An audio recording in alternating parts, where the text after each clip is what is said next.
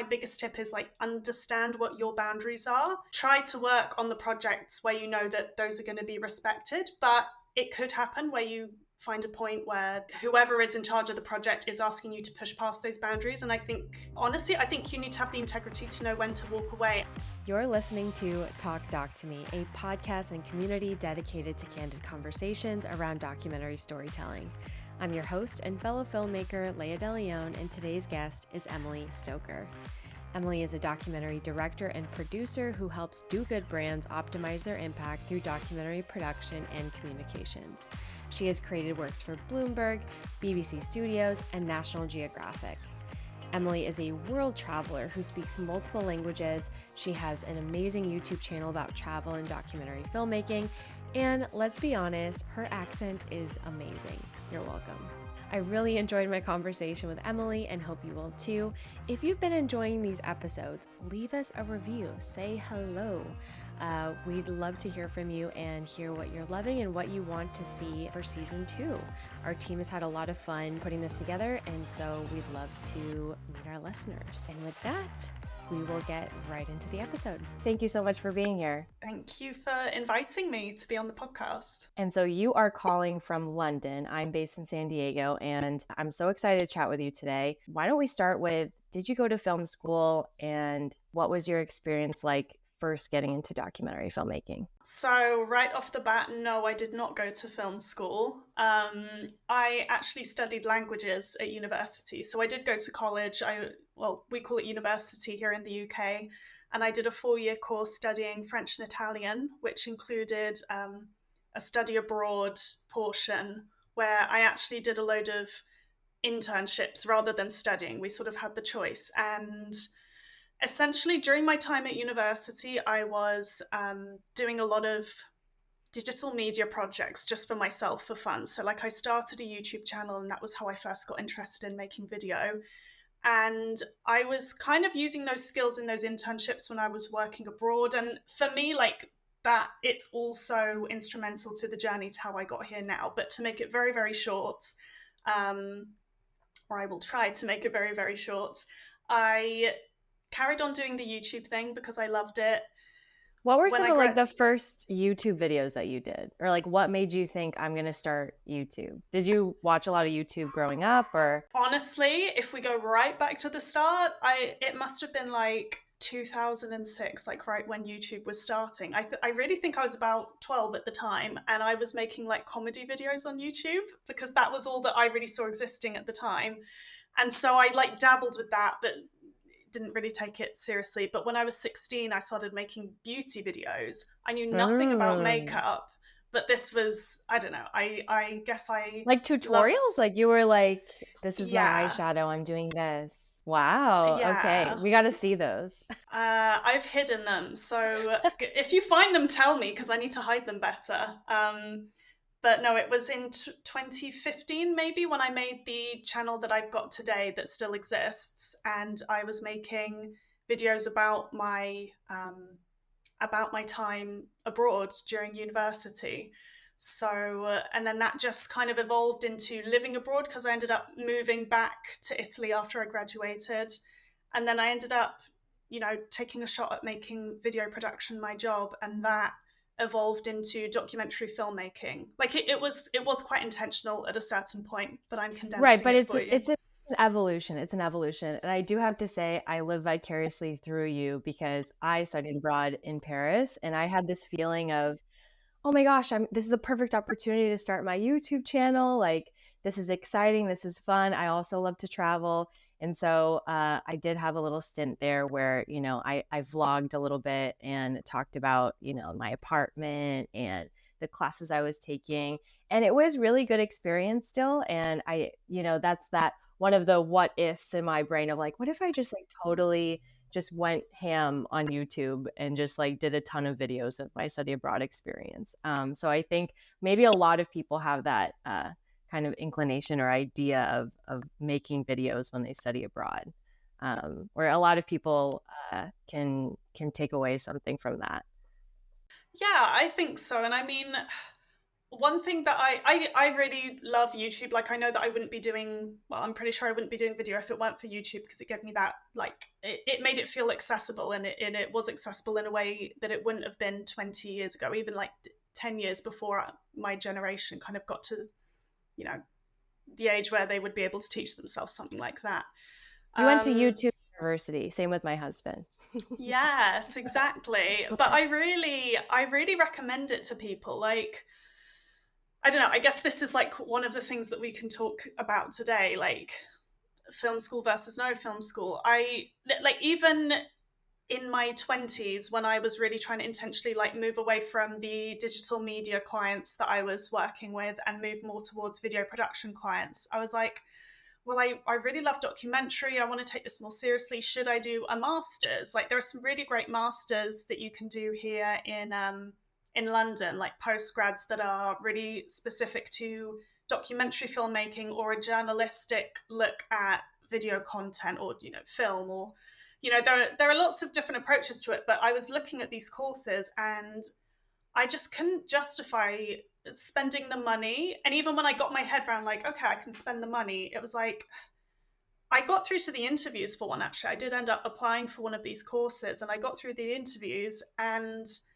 at a certain point, like, I got through to the second round of the interviews, which was going to be more like a workshop. But I had got offered, or I was actually working a contract at the time for a TV show. I was like assistant producing and shooting on it. And then it turned out that they wanted me to be in Switzerland doing some shooting the week that the second round of the interviews would have been. So I like emailed the school. I was like, is there any flexibility? I'm literally going to be in Switzerland filming what's essentially a documentary. And, you know, that's what I want to do. That's why I've applied for your course. And they were like, no, there's no flexibility on that. And then also they were saying, like, during the course, there's no flexibility to be doing freelance work on the side because it's just so intense. And I was like, it's just not worth it to me to not have this real world experience. Well, right. And I like to think of it as, would you rather get paid to learn or, pay to learn? It's Right. a very interesting thing because you have the opportunity to make a document, and it's all, I mean, I went to film school, and honestly, like at Chapman University, it was very hands-on. It was very like, just make a film. And I think it's not like I learned anything so crazy that someone that makes 5 documentaries or just starts making videos won't find out themselves. It's very much about just being proactive, getting out there. Like, you can't learn everything by a textbook, right? Like, and you're just going to have that real world life experience. So that's cool. You went to Switzerland. What did you do in I Switzerland? did. This was for a series that I worked on in 2021. I was just trying to get more credits on TV work, because at that point I was very set on trying to work my way up the ranks in broadcast and Mm. work on more like serious documentaries and broadcast, whatever that means. But this one was sort of like a travel show, but it was like sort of like the most expensive places in the world to live, and like the crazy rich people who live there and what they do, So which did you get to stay in the most expensive places? I did. So I Ooh. went to San Moritz, which is like a really fancy ski destination in Switzerland in the mountains. Beautiful. But we went during the summer, so I don't think that was intentional, to be honest. I think they were like, oh, let's do San Moritz, it's so fancy. Oh, we're filming in the summer. Whoops, we'll just make it work. But it was still really beautiful. And How old were you at yeah, this time? I would have been 26, I think. Mhm. No, What did maybe what 27. what Yeah. did your parents think of your career choice? Like, when you decide, like when you went to Switzerland, you said, I'm not getting a master's. I'm going to go to Switzerland. Yeah. They've always been very supportive. Like, I will say, when I was doing my undergrad, like I was studying French and Italian, they were like, I wanted to drop out at quite a few points, and they really tried to encourage me to stay. And at some points that was quite difficult for me to stomach. Um, but then they just, you know, once I graduated and got that degree, they were kind of like, well, now your life's your own. Like, you know, we'll support you and whatever you want to do. So they were never like pushing me to do a postgrad or anything like that. Mhm. yeah, I think that, yeah, they would be proud of me, whatever sort of direction I took. So Yeah. I'm lucky in that sense. I know it's not as easy for everyone with their parents when it comes to juggling like what to do with their life. Definitely, definitely. So you studied French and Italian, then you go to Switzerland, and then what? What happens? What's like the next big milestone in your career? I don't know. The story I always tell myself is like I studied French and Italian, I graduated, I moved to Italy after that, and I Mhm. started working freelance. And then there's a chapter which we're kind of missing, which is when I lived in Belgium. But then I moved to London, and then I started getting these opportunities in television, and Switzerland was one of those opportunities. So when you decided that you're going freelance, what was your like first course of action? And were you still doing YouTube on the side still? Like were you sending out emails to agencies being like, here are some videos I've done before? Or how did you go about like trying to land these like TV credits? Yeah. Well, I was already working freelance at this point. Like I've never Okay. had a normal job, but I Me would either. say yeah, I mean, I kind of like it that way. But Me too. Me too. Me too.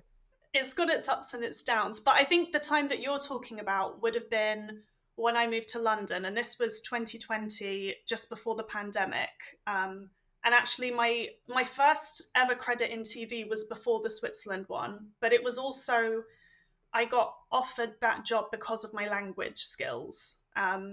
It was just after the first lockdown had ended. So we were like allowed outside, and some people were traveling. And basically, these production companies in, well, I guess around the world, but at the time I was in the UK, these production companies in London who were filming these travel shows had a lot of filming that they hadn't been able to do over lockdown, that suddenly they needed to meet their quota for the programs that had been commissioned.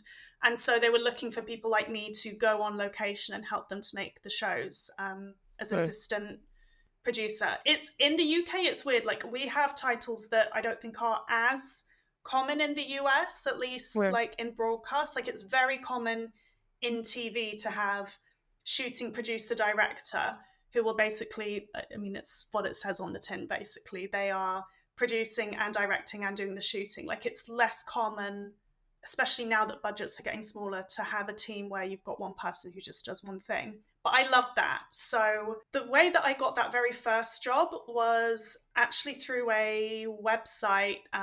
It has a lot of UK jobs in there. I think it has US jobs as well. It's called the Talent Manager, and I Mm-hmm. used to just scroll through there and like apply to things. I didn't apply to that much stuff at the beginning because I was like, am I qualified? But I was qualified for this one, so I applied and I got the job.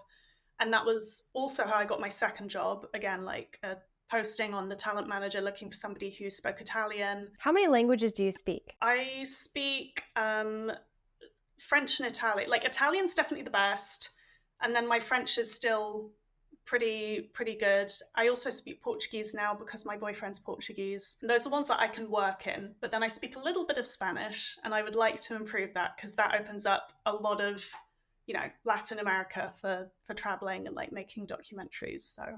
Definitely. Do you feel like just thinking about other people that might be studying language or drawn to linguistics, Hmm. like what is unique about that experience of diving into language that you feel like helps you in documentary filmmaking? It opens up such a big discussion because the first thing that comes to mind is that it opens up cultures that would be very difficult to make films about if you didn't speak the language. And of course, I know that it is possible to be an English speaking director and to kind of fly to wherever you go and work with a fixer or a translator to help you to get interviews with your subjects, or to sort out the permits, or to sort out whatever it is. Like, there's the logistical side that becomes easier if you speak the language.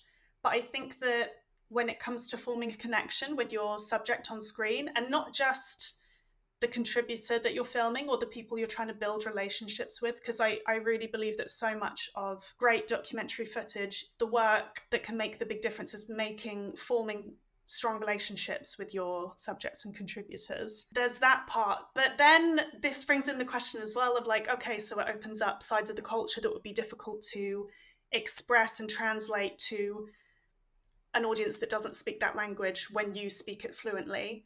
Mm. But even if you decide that you're not the best person to tell that story, if you're like, okay, well, like I personally am a white filmmaker, so maybe I don't want to fly into like somewhere in Latin America and be the person that tells a story for a community in one of these cultures. I can still find a co-producer and work much better with them and understand much better what it is that they need to do to form those relationships and have their perspective come through, and to kind of be amplifying voices rather than writing the story for other Mm-hmm. people. And I love playing around with that in documentary because, you know, it can be a really dangerous tool actually, but when it's done right, I think that it can just be fantastic and so powerful and hopefully empowering for the people who are in it rather than them feeling exploited. Definitely. Do you have any stories of, you being on set or interacting with a character that maybe on the surface it looks like you don't speak Italian, for example, but then you start speaking Italian to them and you kind of see them relax or they're excited or you kind of see their demeanor change? Has that ever happened to you? I don't have like the perfect that this is the perfect depiction of that in a nutshell, but I just think of all the times where working in broadcast, I was always working as the assistant producer. What that basically means is that, I mean, a lot of the time I was doing the work of a producer, but I was doing everything to what the director wanted. So they would kind Mm-hmm. of say, oh, I want the XYZ to happen. I'd be like, I'll find a way to happen. I'll find a way to make it happen. Off I go. And there have been quite a few times where I've been with the director on location, particularly in Italy, where I feel like that's the culture and the language that I know best. And as much as a linguistic translator, I was being a cultural translator. Like we were having real trouble on. There's a show in the UK. This was my very first credit where the premise of the show, it's like a travel show where you'll get a British couple who want to go and start a life in a foreign country. So in this case, they were going to this island off of Italy, in Italy, called Sardinia, and they want to buy a house there. And like our job as producers is to kind of set up these house viewings for them to go and look at, and then at the end have the possibility for them to actually put an offer in on one of the houses if they want to. So I'm with the estate agent, touring around a house, and we're trying to figure out what would a realistic kind of offer be for if the couple wanted to put an offer down. And I just remember like it had been so difficult for us to line up these viewings in the first place. Like it was in August, which is serious business for Italians. Like you don't work in August. You're supposed to be at the beach or in the mountains, like having a good time. This might sound really stereotypical, but honestly, it's very difficult to get anything done in August, work-wise, in Across Europe, Italy. right? Across Europe, or is it mostly Italy? Yeah. Well, I've seen it from the places that I've worked, like France, Portugal, Italy. I'd say it's most prevalent in Italy, but it definitely, like I remember in Paris, like August, it's just deserted because everyone's on holiday. So yeah, it's a real it doesn't exist as much in the UK. I think that maybe It definitely doesn't Anglo-Saxon. exist in the US, as you know. So Yeah, yeah. But I remember the senior producer was on location with us, and like the senior people on the production had been having real trouble understanding why we were having so much trouble setting anything up. It was the middle of the holidays. It was this, Sardinia. They're not always that open to people who were coming from communities outside. And like we were looking in this really fancy area of Sardinia, and the senior producer was like, Emily, like, I think he even said it to the real estate agent who spoke a bit of English. He was like, listen, if somebody just came to you and said to you, like, you know, I'm going to pay you today in cash for this apartment, how much would you realistically accept for it? And the guy was like, kind of like went back with his hands up. He was like, no, no, no, I don't take, like, that's not something I'm interested in. And I had to kind of explain to the guy that it's like, he's taking what you said very literally. He thinks you're going to try and pay him in cash. And being in this area where a lot of like rich people, where you're not sure where the money comes from, like he was taking it literally, like he thought maybe we were going to be giving him like dirty money or something. So I'm not saying that that's something that applies to Italian culture in general, but it was a situation where I had to kind of use my like emotional intelligence and use what I knew about the culture of where I was to translate something not just in words, but in cultural norms to make sure that everybody was getting on and understanding each other. I hope that makes sense. no, that totally makes sense, and I feel like it's interesting. Like I'm thinking about a scenario of, I made a documentary in Sri Lanka, for Mm-hmm. example, Yeah. and we would have a field translator with us like the whole time. But there's this one memory that I have of, we're filming, a family dinner happening, right? And I Mm-hmm. have the director who was also shooting, and I was the producer helping out, just kind of making sure that the schedule is going right. And then our field translator, and just the way that the house was kind of situated, we were kind of like outside the window, and they were all kind of like cooking inside.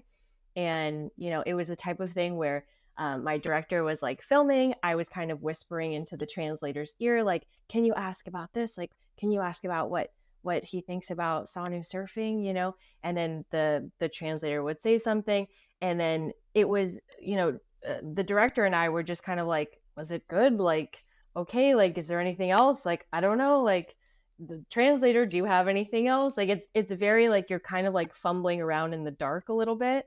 And even like when we would film some verite scenes, like we knew what we wanted out of it, but if we didn't have the translator near us, we kind of, and luckily like our character also spoke a bit of English, but there is definitely that barrier of just like, fingers crossed, I hope I got it, like I'm not sure, like I think based on like the energy of the room that I think we talked about it, but you literally don't know until you like transcribe it and translate it. And so there's so many like cultural things too that obviously like we don't know when we step into someone else's culture. So I think it's so cool that Yeah.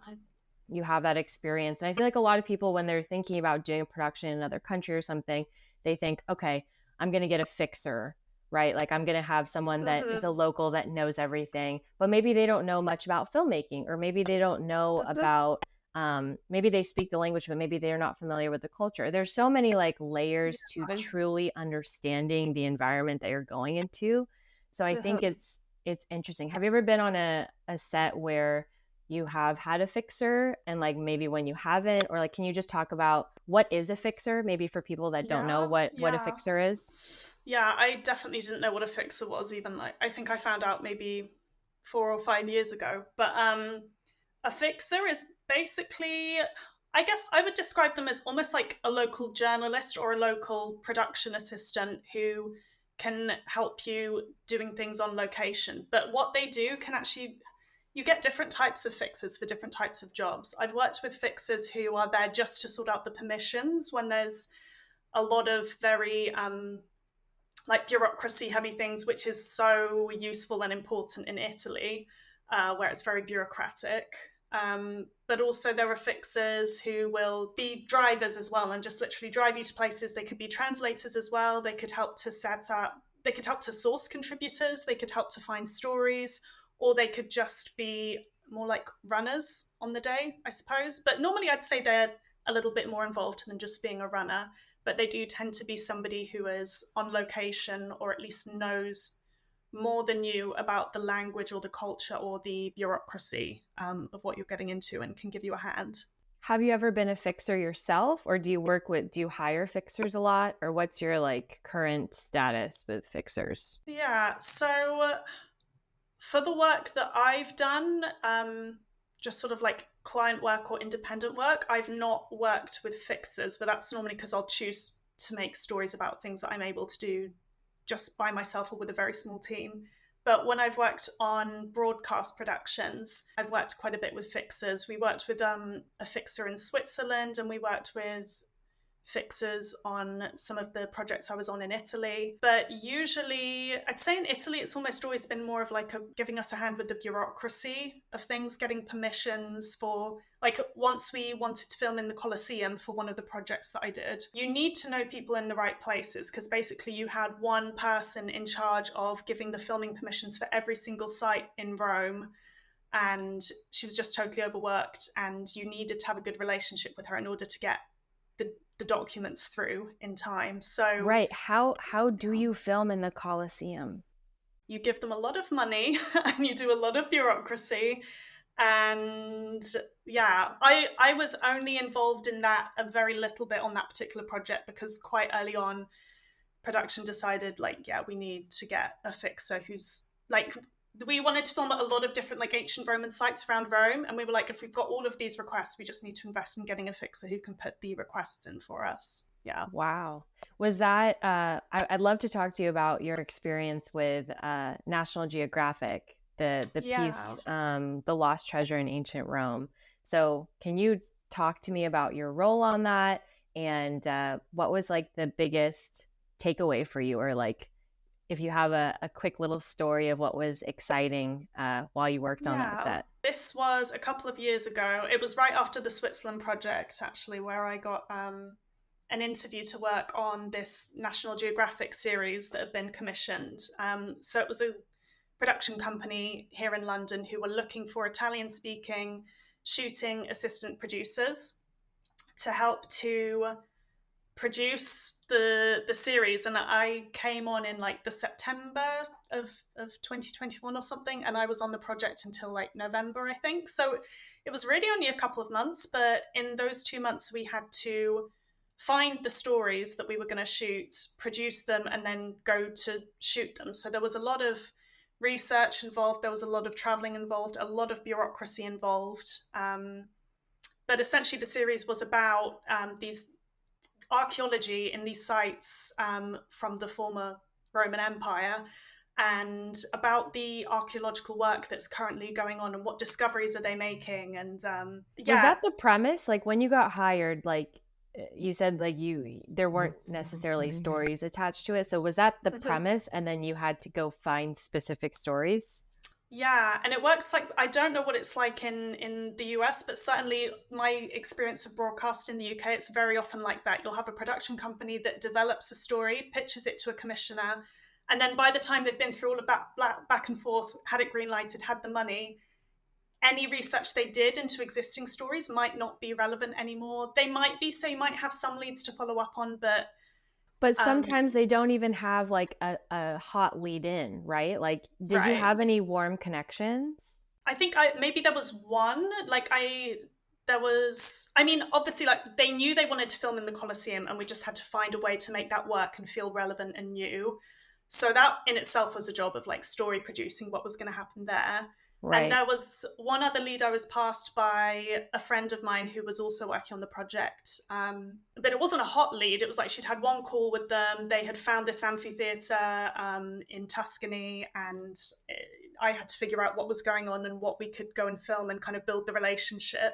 But all of the other ones were like, let's Figure go it to out. Google. Yeah, like what's Wow. going on? That's so funny. That's interesting that you share that, because the one experience, I don't do a ton of broadcasts, but I produced this piece for the BBC about homelessness in Chicago. And I was commissioned by like a production company, same like you, like they had an idea, they were going back and forth, the production company and BBC, like the commissioning producer, and they just had the idea of, okay, like we want to do a story in Chicago about homelessness during the COVID crisis. And they had a podcast interview that some other publication did, and they were like, something like this, you know. Mm, And we had a super tight turnaround.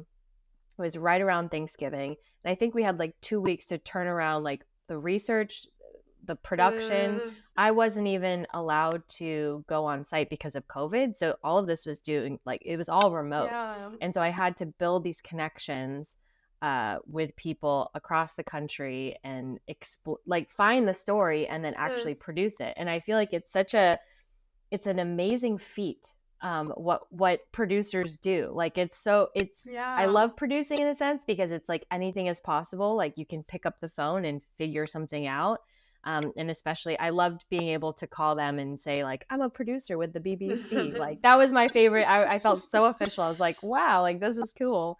Yeah. But it's so interesting because I feel like a lot of people on the other side, they're like, oh, like, maybe you just like got handed the story and you're there and you're just assisting. But sometimes producing is literally figuring everything out, and no one Yeah. knows. They're just like, go, have fun, like figure it out. Yeah, and I think this is one thing that it's one of the things I love about producing, but ultimately it was something I found quite frustrating too, because in the framework I was working in broadcast, ultimately I was handing that work over to a director or a producer above me, or often there wasn't a producer above me. I was making it all happen, but then the director would shape it into something, and I'd be like, but I think it would be better like this. And of course, I couldn't really say that. Did you But work with a lot of the directors? Like, was it an outside director that would come in, or was it someone that like worked for the like National Geographic, for example? Like, when would the director come in? Like for the Rome story, for example. yeah, so it would depend on the project, but for the Rome story, from the outset, I joined the same week as the director, and the director was also contracted by the production company. So,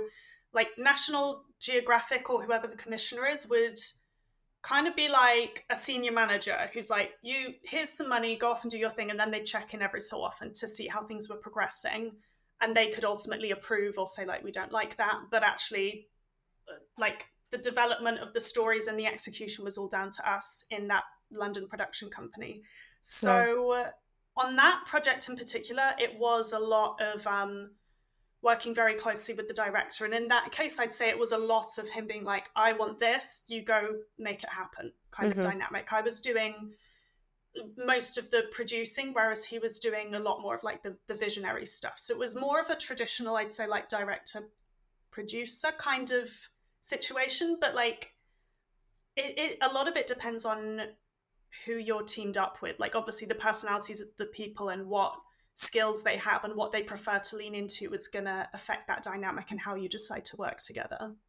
Right. I was gonna say, because all the terms act even in the U.S. and I'm sure in the U.K. too, like all the terms are just terms, right? Like Hmm. it's hard to define what a fixer is. It's hard to define what a producer is. Yeah. But I'm curious because I think you were about to talk about like the some of the gripes of being a producer sometimes, where you have a situation where you're producing it, you develop it, you have all these things, and you're still creative, right? Like it's not all about like the logistics of coordination and things like that. You still Mhm. have a sense of story, but then maybe an outside director comes in, maybe you don't jive as well, and then how do you stand up to a director that you disagree with, or how do you Mhm. navigate that director producer relationship when sometimes I feel like the producer maybe doesn't get as much credit or doesn't get as much authority over a story when in reality the producer was there all along doing all the research, doing all the story development. Can you talk a little bit about how that's been for you in your career? I mean, what I'll say is I've been really lucky to work with a couple of great directors who I feel like really mentored me, and there I felt really respected, and like there was back and forth, and ultimately like there was that hierarchy, but you know, they were producer director was their official title, and I was assistant producer. Um, but I have worked in on projects where I did feel like the director kind of swooped in and didn't listen to my perspective as much, which I particularly on projects where you have cultivated, like you know, build relationships with people and bring this body of work to the director who's just come in, and they just start cutting stuff out and changing it and saying, actually, we don't want to do it like that, we want to do it like this, can you go? There's a way where that can be done nicely, but there are ways where it can be done where you don't feel like your perspective's being listened to, and very often, like, I tried to do things a certain way because I've tried the other avenues, or because, yeah, because it, I don't know, even like some of the things I've been asked to do, I'm like, oh, how do I feel about this ethically? Uh, um it can be really difficult. And do you have any tips of like maybe like if you're in that situation where you're mm, you're a producer, you have that director that maybe is, slashing things, or maybe they're disrespectful, maybe they are not nice to you, how do you go about those conversations?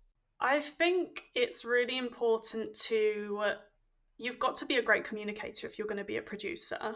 So I think the first thing is you've got to try to build a relationship with the director where even if they're not your kind of person, you need to be able to um, express concerns you have or express your opinion. Even if it's just a creative difference in opinion, you need to be able to say that. And ultimately, it's their decision. So you need to respect it if they say no.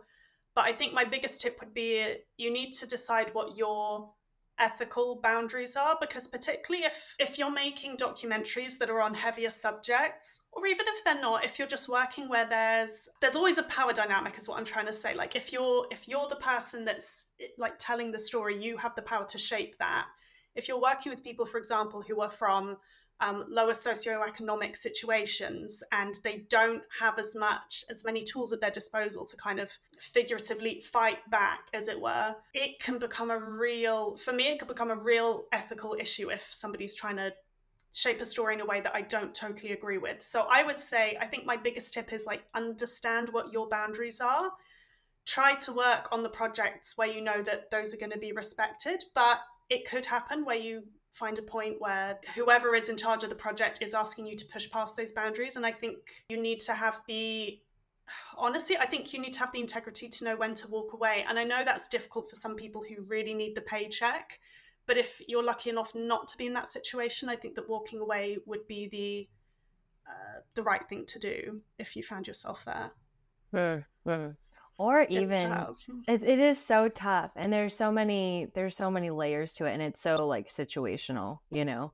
Something that I try and do too is if I feel like there's, I don't know, like a miscommunication, or there's maybe a little tiff, or it's a little awkward or something, Mm, honestly taking a day to like sleep if you have the flexibility. Sometimes you're on set and you mhm. have to make decisions very quickly, but I find that, you know, validating their perspective, being like, you know what, thank you for bringing this to my attention, you know, this is giving me a lot to think about, like let's like sleep on it and like address it tomorrow maybe.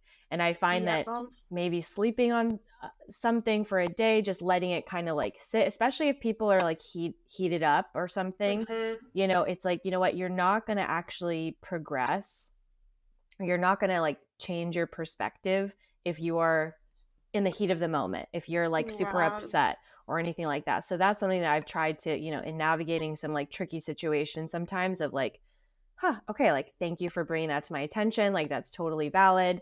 You know, this is causing me to think more. Like, can I have some time to think about it? And honestly, asking time to think about it is kind of asking them also to think about it, right? So it kind of Yeah. buys you some time to not like make some rash decisions, or to, you know, just have that time to step back and not be in the heat of the moment. I think is also something that I've learned, you know, in recent situations, that I think is helpful. Yeah, no, I totally agree. And I'm not suggesting that anyone should, like, the advice I was giving, I don't want it to be misconstrued as like, oh, you're angry, quit Yeah, in the yeah, heat of the moment. Like, no, you need to exercise yeah. all of your options that you've learned in building relationships and clear communication and trying to find a compromise that works for everyone before you go to that. But if push really comes to shove, I think certainly from what I've observed with the projects I've worked on, a lot of people are really scared of having their reputation tarnished if they leave a project, because we're only as good as our last reference. And that is a real concern. I'm not saying it isn't, and I know I'm coming from a very privileged position in saying like you should consider leaving a project if things have really just gone past what you're comfortable with. But since I am in that position, that's something I do feel You have to strongly stand up for about. yourself. Yeah, you have to stand up for Yeah. yourself. Yeah. But I hope I can continue to remember that, because I think that we are put in, we're asked to question, make a lot of decisions where I think that we should be thinking, like, how do I ethically feel about this? And it's good to exercise that critical thinking, because documentary filmmaking is such a powerful tool, as I said, that can be used for good or for not so good. So I think it's really great to just exercise those critical thinking skills through the process of producing the film.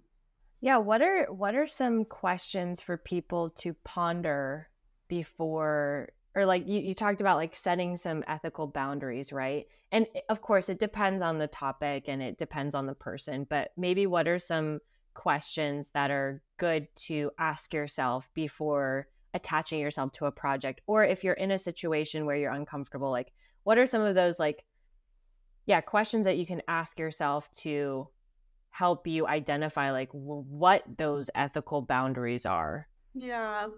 I think understanding the perspective of whoever is going to be contracting you or whoever you're going to be working with, like what's the team's kind of approach to safeguarding? Like if you're working on something that's sensitive, or even if it's not that sensitive, but you're working with, I don't know, like children, for example, or minors, like are there considerations that need to be taken into account about protecting their identities, or I don't know, safeguarding again can be a very broad term, but from the beginning of the project to the very end, like, are the people that you're involving in the project going to be safe, essentially? Yes. Um, and then also informed consent. Like, I think that giving the contributor the power to pull out of the project at any point is ethically correct. Of course, like, people have to sign contracts, but at the end of the day, if you've got somebody who doesn't want to be on camera on the day of an interview, or somebody who've already filmed with and says, like, I just don't feel comfortable with this, you've got to have difficult conversations with them and know that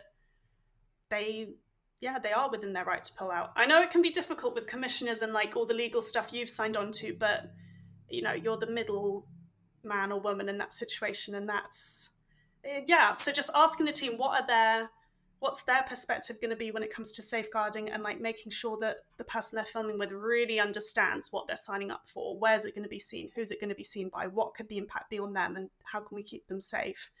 Mm. Might not be as relevant for like a fun travelogue documentary or something, but for some Right. other films it's vital.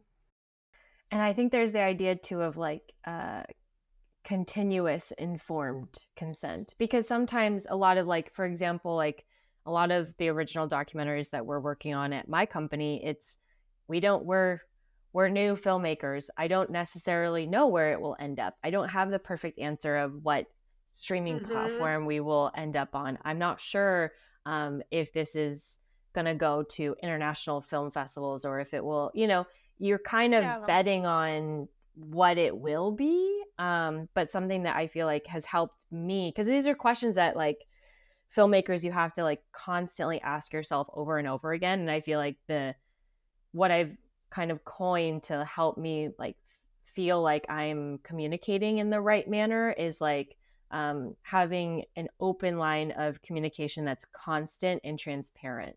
And that's something Yeah. that I've like kind of figured. I'm trying to like put into words what this all means, right? And it's such a hard Mm. exercise, but I feel like doing that helps me, because it's like, okay, like, I can ask myself, like, am I keeping an open line of communication? Am I keeping a constant line of communication? Because sometimes working on films, they take a long time. There might be a month that goes by that, I'm actually working on something else and I'm not even thinking about this documentary. But my character doesn't know that, right? They're living their Mm-hmm. life. They're like, wait, like, I haven't heard from Leah in a while. Like, is she still working on my documentary? So that's a question that I keep asking myself, like, am I constantly communicating? Even if it's like, hey, like, it's a new month, or I'm just checking in, how are you? But, I'm letting you know that I'm working on this other project. So like, it's kind of taking a backseat. We have to prioritize like being able to live also. So, and I think like having that expectation with your characters is really important. But then, yeah. And then transparency, right? Like, I don't know exactly where this will end up. Like, I will communicate as stuff comes up. And I think like that it's so hard to navigate this industry. It's Mm-hmm. changing. It's ethically questionable. It's there's not like a standard guide of ethics, and I don't think there ever really can be, because each situation is so unique. But Yeah. if you can maybe have that guideline of how you want to communicate with your characters, your contributors, like having those questions in place, putting them on a sticky note, and like asking yourself, am I doing those things? Maybe that could be helpful. Maybe that could be like a tangible way that someone can like actively like think about it, because it's so easy to get Yeah. like in the one set to another set to thinking about all these other things, but we're dealing with real people's lives, which is no joke. you know Yeah, there was like a kind of joke that my first director told me when we were on set of this like fun travelogue show, and she was like, we're not doctors, it's not heart surgery, like nobody's gonna die. But then I started working on some more serious projects where it was like looking at like international crime gangs and stuff, and I was like, can't quite use that same motto in this kind of situation, because this is really serious stuff and we need to make sure we're doing our jobs so properly to make sure everybody's kept safe. Definitely, definitely. One other quick question before we wrap up here. Um, so the piece of the lost treasure in ancient Rome, there's the moment where they unveil this vase, and I just Yeah. wanted to like ask you, like, what was that experience like? Did you know that was going to happen, or like how do you keep calm in like moments of discovery or like, pick your shot? Right. Well, we didn't know that was going to happen. That was one of the really tricky things with this series was the commissioner had been sold on this idea of like what's being discovered right now. It's like, well, if you want to be there observing the moment of discovery, you can't plan for that. So we're just going to have to try and use the shooting days we've got as well as possible. And I think that was the only like that was the biggest thing certainly that was discovered on any of the shoots I was on. And it's a great example of where forming a good relationship with the people on site and speaking the language really helped because my director at the time was off shooting something else in another spot, but the sort of site director or the person in charge of supervising the site for the day liked me and came to find me. I was like, oh, they're about to pull out something if you want to go have a look, like very casual. And I was like, this is what the commissioner wants. So I somewhat kept calm, but I like ran up the hill of this archaeological site to like get the gimbal and the microphone that I needed. And I like ran downstairs to just try and cover it as best as possible. And so that was how that scene made it into the series of them discovering this vase. And like me being able to know what was being said, like I knew that they were talking about the fact they thought maybe there was a stamp on the vase, but then turns out it was just a thumbprint. Like, and it was this fun little interaction that made the moment a bit more interesting and made it into the final cut of the series. So that was very exciting for me, to be honest. It's always those fun like moments that you just can't plan for in a sense, but you can set up the schedule that you're there. So like in that scenario where you're not even sure if they're going to discover anything, like was your approach to it like, okay, like let's hang out here all day, basically have the cameras ready. If something happens, hopefully I'll be ready to start hitting record. Yeah, so it was a bit of a nightmare, to be honest, to figure out how we were going to make the budget work for the kind of storytelling you wanted. You wanted to have some kind of story arc, so you couldn't just turn up on an archaeological site for one day only. So it was there was some coverage of like I don't know the beginning of September, and then we went later in October, and then again or beginning of October, then again later in October. But for each time, like there was a team out there shooting, and it was normally me and my director. We would be there all day and we would have other things we could be filming that were more um, set up in the sense of let's have the site director telling us about how this all came to be, like why did they start digging here. Let's have I don't know, another supervisor telling us about their role on the site. Like there were sequences we could be filming even if something unplanned wasn't happening, but then the rest of the time, because there were two of us with camera on set, we could just be filming a b-roll which could turn into a sequence in itself if something interesting enough happened, which is exactly what happened when I pulled the camera out when they were pulling the vase out. So it's like having a plan, a backup plan, and then always having like one ear open and one eye kind of scanning at all times. Yeah, it's like we go in with a shooting script, so you've always got a plan, but the shooting script is not going to be the script that you take into the edit. Like you have to go in with a plan, but you have to know the plan is going to totally change, but make sure that you've got the essential pieces of the puzzle to be able to take that into the edit and figure out from whatever you've got how you're going to turn that into a story. What does a shooting script look like for you, or what's helpful? What is a shooting script to you? So I've seen different shooting scripts. Like when it really depends. Again, it depends on the project, but I guess you could see it as sort of like a beat sheet. Like if you were to kind of think about the story that you've got in your head of what you would ideally like to film and what the kind of scenes or locations or dates or events or whatever it is that you're going to be able to film, trying to piece together like what coverage am I likely to get on that day and how does it fit into this story? And you write that down on paper. So it could be, I don't know, let's take the episodes of Treasures of Ancient Rome as an example. It might be like, okay, so on the first day, we want to like do some establishing shots of the site and show how with archaeology, you want to show they've actually done some digging from the beginning to the end. So like establishing shot, maybe let's like have a sequence where we've got Valeria, who's one of the people in charge of the site, showing us around and showing us like how they do this particular type of archaeology and what the things are they need to think about when they're excavating. And then, that could go into other sequences, and you're thinking of what you would like to film, and you're basically Mm-hmm. writing down kind of like an idealized script, let's say. But then I would very often just take that document and adjust it when you go into the edit. And sometimes adjusting it is really like, oh, well, we didn't cover this bit, but let's scrap that out and we can go without it. Or it might be completely changing the story round and changing the order of things based on the footage that you got. Mm-hmm. Which is something like I'd not seen people do until I started working in broadcast. Like the films I made before broadcast didn't use this kind of like methodology, but I do think it's useful, whether it's a beat sheet or a shooting script or like just some kind of storyboard. Like you need to know what you would like to capture just to get an idea of if you've actually got the full story in your head.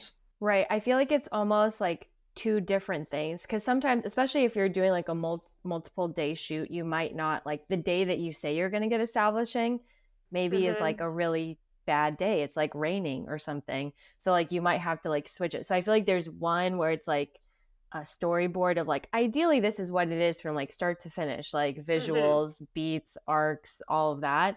And then you kind of have the like realistic, okay, like today is this day, we only have our character for 2 hours, like what are we going to Yeah. shoot?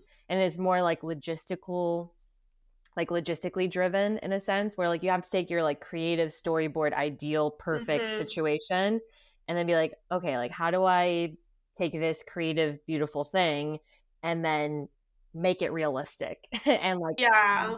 plug stuff in as possible. But that's why I find it so useful actually to have the shooting script, because then you know what you want to finish with ideally. And then you can be like, okay, so if I want something that looks like this, I now need to pull this apart and figure out what the bits of the jigsaw puzzle are and how does that look like in terms of a shot list or a shooting schedule. Mm. Because you're not necessarily going to film everything chronologically. Like it depends on the type of documentary. Many are shot chronologically, but like the establishing shots and things like that, for example, you Mm-hmm.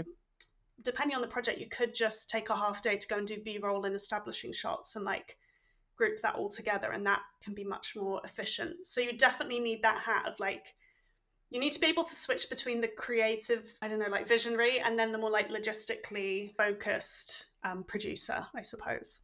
Yes. And if you had any tips for somebody, interested in culture, interested in travel, language, maybe interested in filmmaking, like what are some things that you would recommend like exploring or learning, or do you have any like resources that you think somebody like yourself like 10 years ago might Mm, benefit from? well, podcasts like this one are a great resource. But really, I think, yeah, like I was saying, I learned from the school of YouTube, like you can learn so many technical skills on there. But I would also just encourage, like, if I'm talking to me 10 years ago, it's like you have so many stories around you that are more inspiring than you might think. Like, you might be like, oh, I need to learn a lot more before I can go out and make something.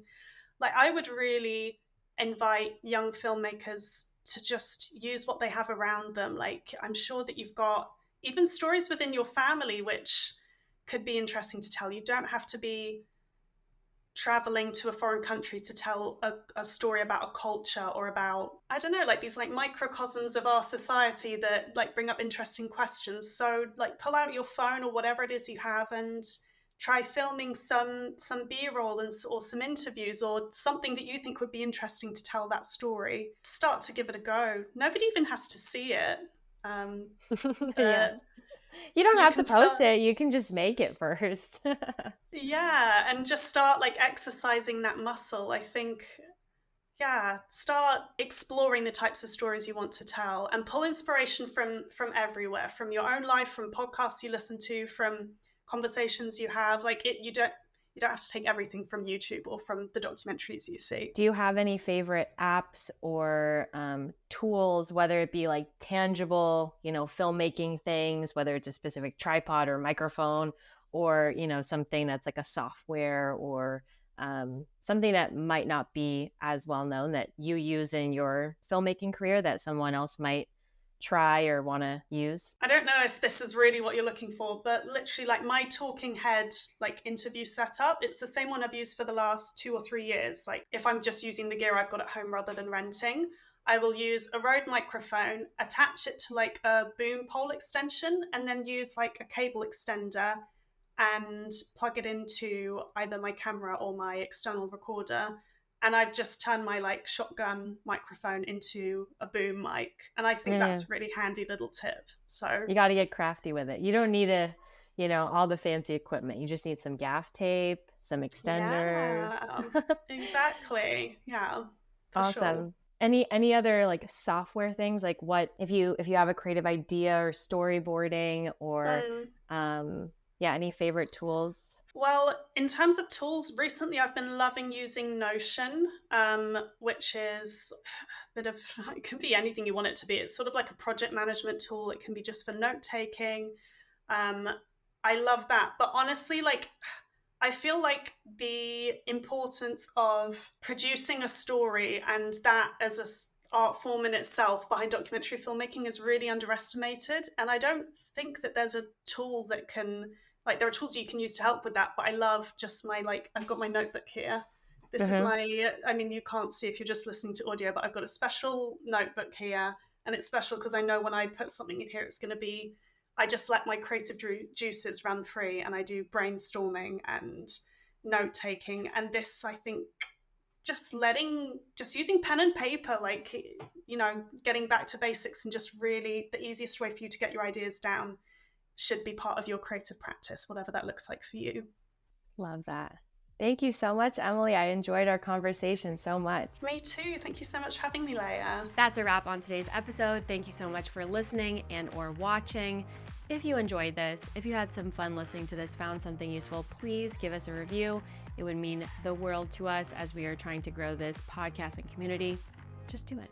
Also, if you love talking docs, join our weekly Discord Wednesdays at 5 p.m. PST, where we discuss a doc of the week and check in with each other. Talk soon.